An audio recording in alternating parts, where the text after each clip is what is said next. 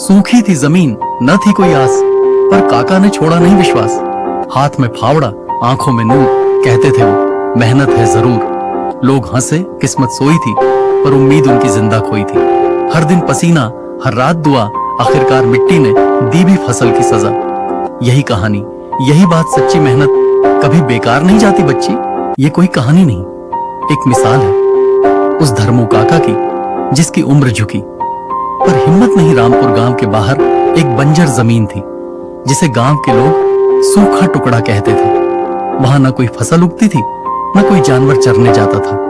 लोग कहते थे इस जमीन में तो जान ही नहीं है, मेहनत करने से भी कुछ नहीं मिलेगा।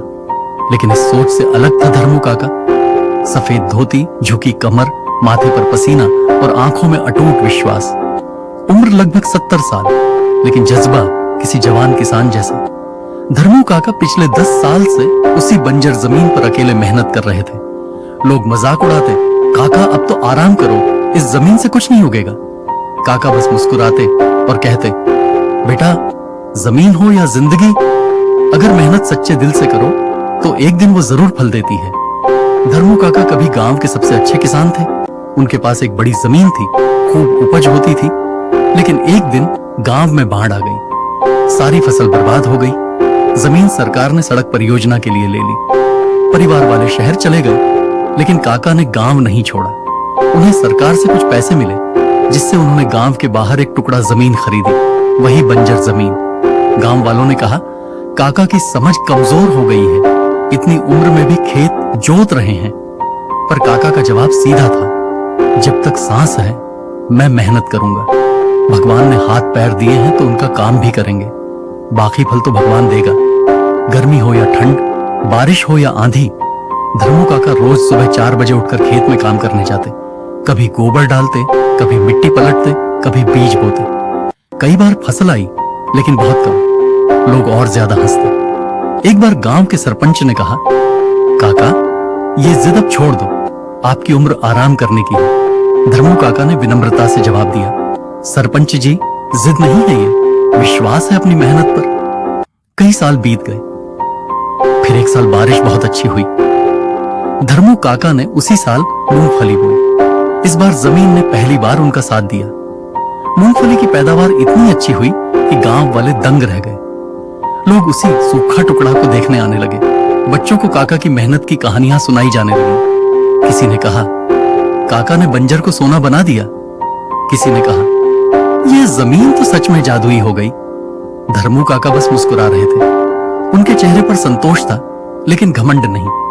अगले 2 साल में धर्मू काका की मूंगफली, बाजरा और तिल की फसलें गांव में मशहूर हो गई। शहर के व्यापारी सीधे उनके खेत से फसल खरीदने आने लगे। गांव के नौजवान जो कभी शहर जाने की सोचते थे, अब काका से सीखने आने लगे। काका ने किसी को मना नहीं किया। उन्होंने कहा, इस खेत ने मुझे सिखाया कि मेहनत से बड़ी कोई पूंजी नहीं होती। उन्होंने नौजवानों को जैविक खेती सिखाई, पानी की बचत करना सिखाया और सबसे बड़ी बात, भरोसा करना सिखाया।